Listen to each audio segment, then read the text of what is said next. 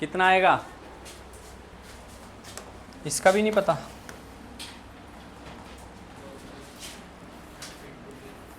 हाँ,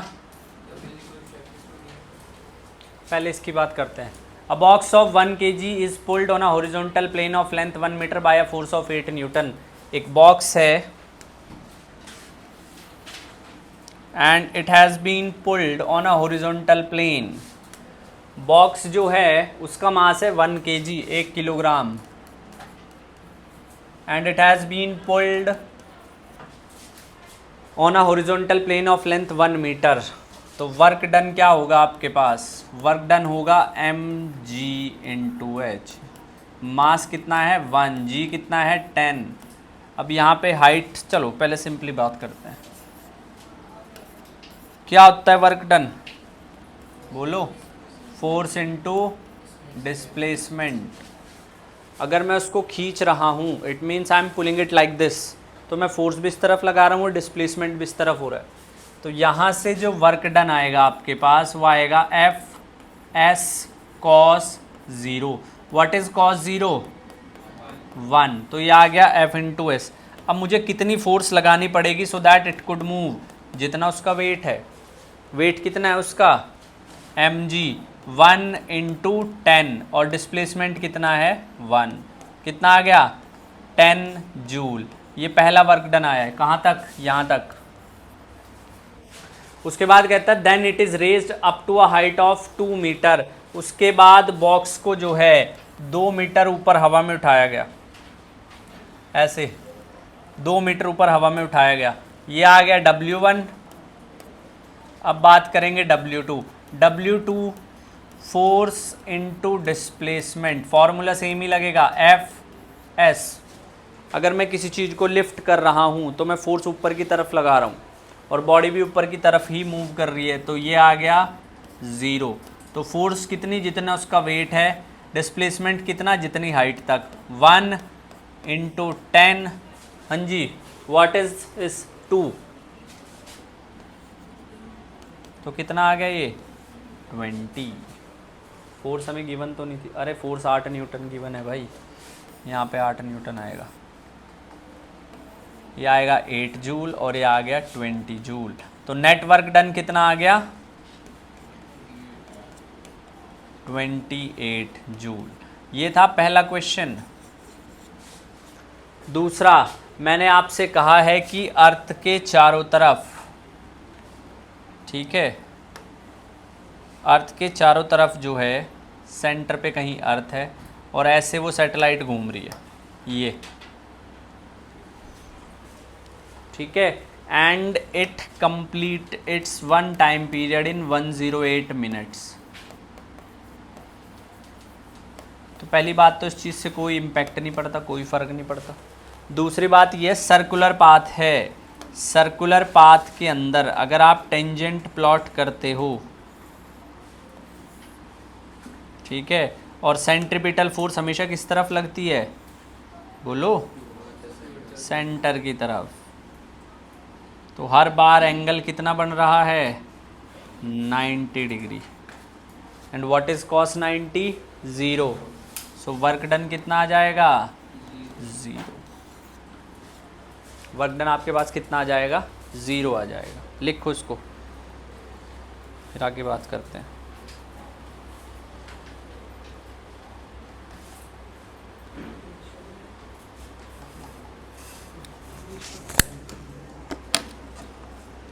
लिखो जल्दी।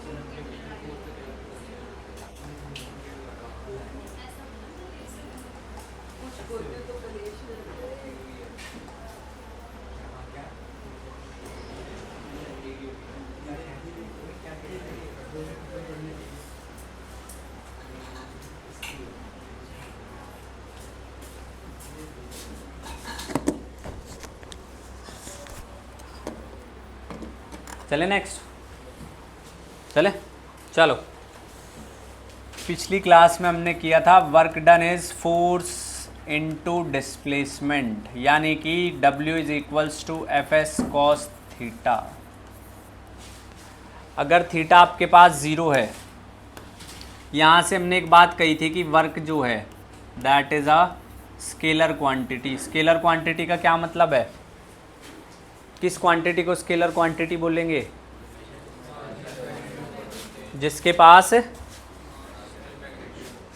पास केवल मैग्नीट्यूड हो, है ना। मतलब इस में मैं कह सकता हूँ ऑलवेज पॉजिटिव, हमेशा पॉजिटिव। लेकिन अगर थीटा की वैल्यू आ जाती है 0 डिग्री, व्हाट इज कॉस 0? 1। तो वर्क डन आपके पास क्या आ जाएगा? Force into displacement. क्या आ जाएगा? Force into displacement. ठीक है, यहाँ से तो ठीक है, ये पॉजिटिव आ रहा है, ये बात जस्टिफाइड है। लेकिन अगर थीटा आपके पास है 180 डिग्री, तो व्हाट इज कॉस 180? बोलो, -1। इस सिनेरियो के अंदर वर्क डन हो रहा है नेगेटिव। अच्छा जी, चलो बात यहीं नहीं रुकती है। अगर थीटा हो 90 डिग्री, तो वर्क डन क्या आ जाएगा? What is cos 90? 0। तो वर्क डन क्या आ गया? एक तरफ तो हम ये बोल रहे हैं कि वर्क डन जो है पॉजिटिव है, सॉरी स्केलर है, दूसरी तरफ पॉजिटिव भी है, नेगेटिव भी और 0 भी है। ये तीनों प्रॉपर्टी किसकी होती हैं? वेक्टर की। तो ये दोनों बात कॉन्ट्राडिक्टरी है। अगर मेरे पास ऐसे है और इसी तरफ फोर्स लग रही है और इसी तरफ डिस्प्लेसमेंट है, इसी तरफ फोर्स लग रही है और इसी तरफ डिस्प्लेसमेंट है, तो जो वर्क डन आएगा वो क्या आ जाएगा? पॉजिटिव आ जाएगा। वर्क डन क्या आ जाएगा? पॉजिटिव आ जाएगा। अगर मेरे पास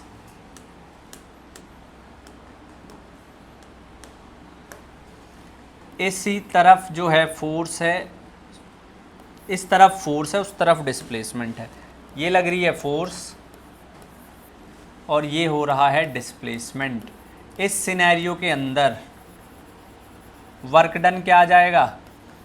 नेगेटिव आ जाएगा। क्या आ जाएगा? नेगेटिव आ जाएगा। तीसरा, अगर फोर्स जो है इस तरफ लग रही है लेकिन डिस्प्लेसमेंट इस तरफ हो रहा है, ये है फोर्स और ये है डिस्प्लेसमेंट, तो वर्क डन क्या आ जाएगा? 0 आ जाएगा। ठीक है, अगर हम किसी चीज़ को एग्जाम्पल के लिए है, if a person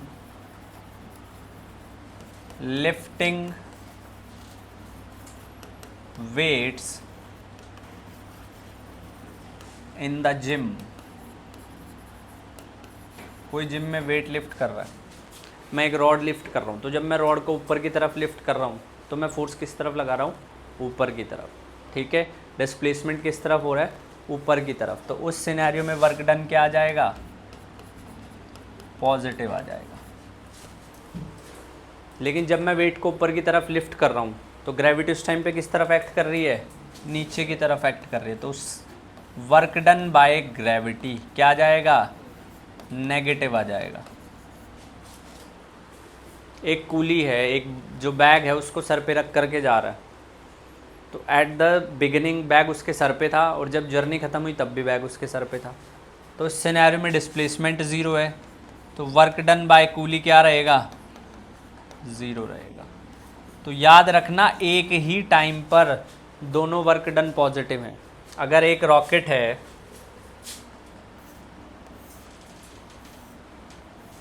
like this and combustion की वजह से थ्रस्ट इस तरफ लग रहा है, रॉकेट इस तरफ जा रहा है, तो जो रॉकेट का थ्रस्ट है, वर्क डन बाय थ्रस्ट, वो कितना आ जाएगा? पॉजिटिव। थ्रस्ट भी ऊपर की तरफ लग रहा है और रॉकेट भी ऊपर की तरफ जा रहा है। लेकिन यहीं पे अगर मुझे कैलकुलेट करना है work done by gravity, gravity किस तरफ लग रही है? नीचे की तरफ। रॉकेट किस तरफ जा रहा है? ऊपर की तरफ, तो वो क्या आ जाएगा? और अगर मुझे निकालना है, सपोज रॉकेट जो है अब बिल्कुल ऐसे ऐसे ऐसे कर रहा है, ऐसे, तो इस सिनेरियो के अंदर वर्क डन बाय ग्रेविटी क्या रहेगा? ज़ीरो रहेगा। क्या रहेगा? ज़ीरो रहेगा। क्लियर हुआ? नेगेटिव, पॉजिटिव और ज़ीरो लिखो उसको।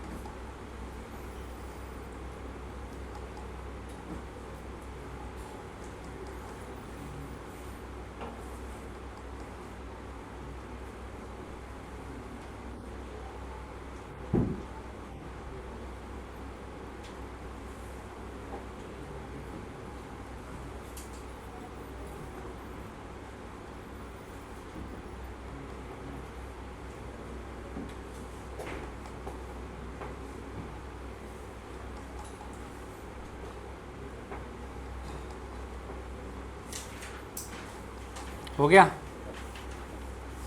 चलो, अभी तक हमने जितना भी किया है that is because of constant force. अब बात करेंगे वेरिएबल फोर्स के लिए। उससे पहले एक और बात, वर्क डन क्या होता है? एफ डॉट एस लिख लो। चलो, दोनों के ऊपर वेक्टर साइन है, तो फोर्स अगर मेरे पास है ये F X I cap, F Y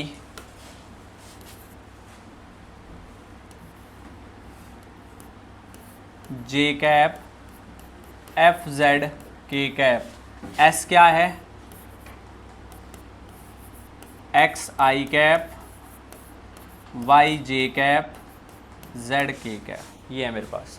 तो जब मैं वर्क डन कैलकुलेट करूंगा,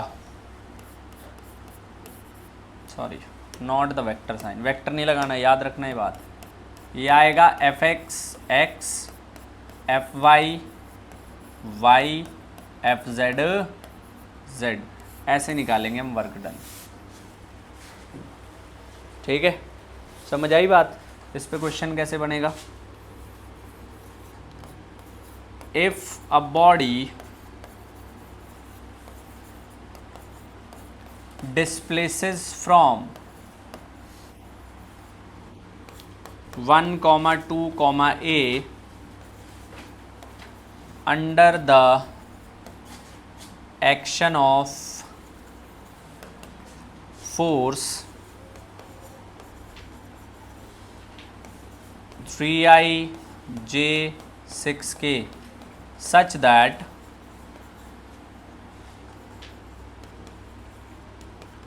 work done is 10 joule. what is the value of A? हमें A की वैल्यू बतानी है। what is the value of A? हमें A की वैल्यू बतानी है। अब समझना ज़रा बात को। सॉल्यूशन 1 इंटू 3, 2 इंटू -1, बोल दिया करो, पैसे नहीं लगते बोलने के। 6 into A is equal to 10, और यहाँ से दिस विल बी 1, तो 6a minus is equal to 9, a is 9/6, तो a की वैल्यू कितनी आ गई है? 3/, नोट करो इसको फटाफट, 3/2। a की वैल्यू आई है 3/2।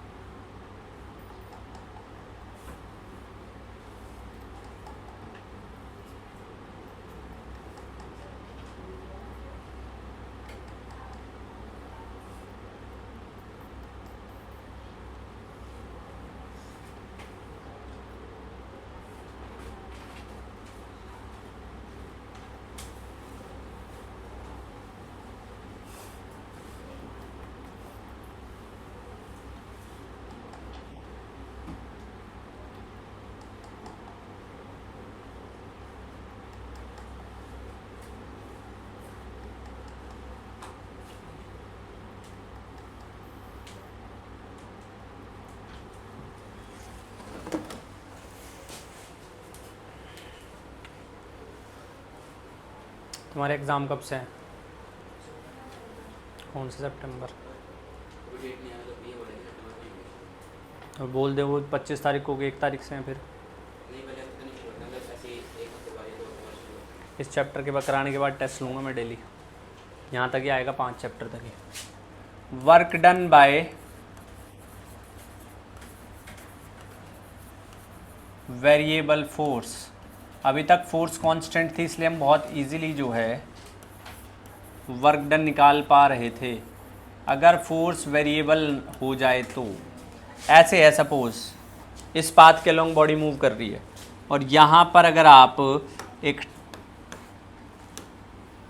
टेंजेंट ड्रॉ करते हो ये, तो ये फोर्स है, और डिस्प्लेसमेंट यहाँ है x is equal to A से लेके नॉट x, r मान के चलते हैं, r इक्वल टू ए से लेके r इक्वल टू b तक। ये है हमारे पास। तो अगर मैं फोर्स को, एक कंपोनेंट ये रहा हमेशा की तरह, एक कंपोनेंट ये रहा, तो हम बहुत छोटा सा, बहुत स्लाइटली स्मॉल डिस्प्लेसमेंट लेंगे, डी आर, ये बहुत छोटा सा स्लाइटली स्मॉल, और उसके लिए वर्क डन निकालेंगे तो वर्क डन भी स्मॉल ही आएगा। D W is equals to F dot D R, work done के ऊपर वेक्टर का साइन नहीं आएगा, एफ डॉट डी आर, और यहाँ से जो डी डब्ल्यू की वैल्यू आएगी वो आएगी F D R cos theta. अब ये इतने से डिस्प्लेसमेंट के लिए है, अगर मुझे पूरे के विद रिस्पेक्ट कैलकुलेट करना है तो मुझे क्या करना पड़ेगा, इंटीग्रेट करना पड़ेगा। कहाँ से कहाँ तक, r is equal to A से लेके r is equal to B तक, ये आ गया एफ डी आर। थीटा यहाँ पे अलोंग द लाइन चल रहे हैं तो वो थीटा, चलो कॉस थीटा भी मैं लिख देता हूँ। ये आपके पास वर्क डन कैलकुलेट करने का तरीका आएगा अगर फोर्स क्या हो, वेरिएबल हो। शक्ल अच्छी रखा कर, ऐसे घूरती रहते से, पता नहीं मैंने क्या ही मांग लिया तुझसे। क्या नाम है तेरा? नवनीत। तो शक्ल अच्छी रखा कर भाई, जब ऊपर वाले ने इतनी बढ़िया शक्ल दे तो ठीक रखो ना उसे। तो ये बात याद रखना। और इसी तरीके से अगर मैं कंपोनेंट वाइज बात करूं तो बात वही पड़ेगी, एफ एक्स एक्स, तो मैं भूल ही जाता हूँ, मेरी बात सुनना। डी आर को मैं क्या लिख सकता हूँ, चलो एफ को तो मैं लिख सकता हूँ वेक्टर फॉर्म में, क्या, F X I F Y J F Z K, ये आ गया एफ। और डी आर को मैं क्या लिख सकता हूँ, D X I D Y J D Z K cap. ये तो जब मैं डॉट प्रोडक्ट करूंगा दोनों का तो मेरे पास जो वर्क डन आएगा वो कुछ ऐसा आएगा, F X D X F Y D Y plus F Z D Z. और इसको आप सेपरेटली भी लिख सकते हो। x के लिए बात आएगी x1 से x2 तक, F X D x. y के लिए बात आएगी y1 से y2 तक, एफ वाई डी वाई। और z के लिए बात आएगी z1 से z2 तक, कितनी, एफ जेड डी जेड। इस चीज़ का ध्यान रखना, सेपरेटली कैलकुलेट करना है। लिखिए, for variable force, for variable force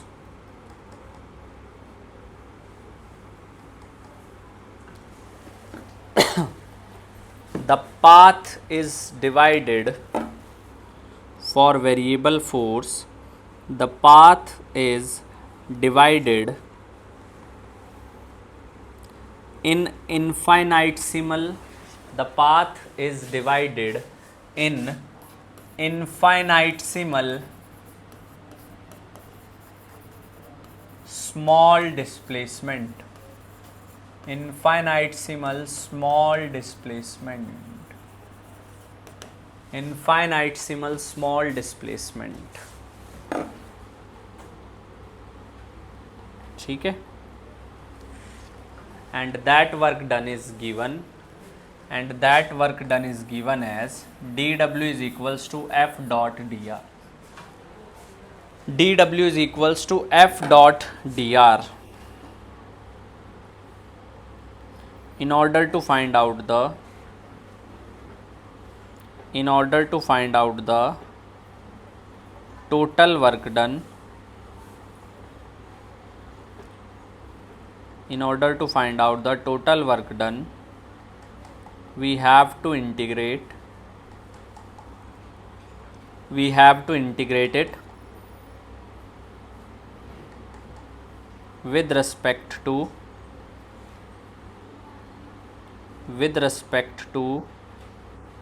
boundary,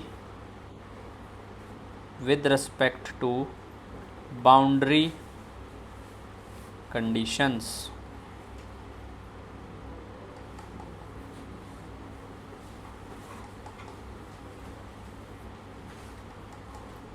boundary conditions. ठीक है, अब लिख लो ये सारा कुछ, ये पूरा। लिख लीजिए इसको।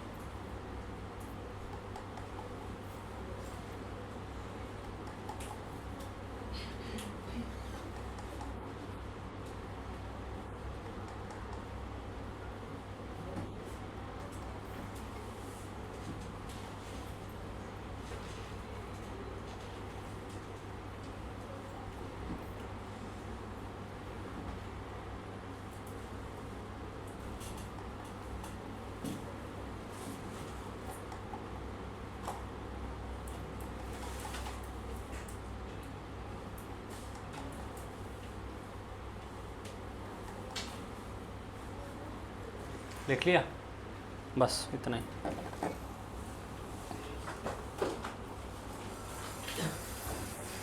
Very good.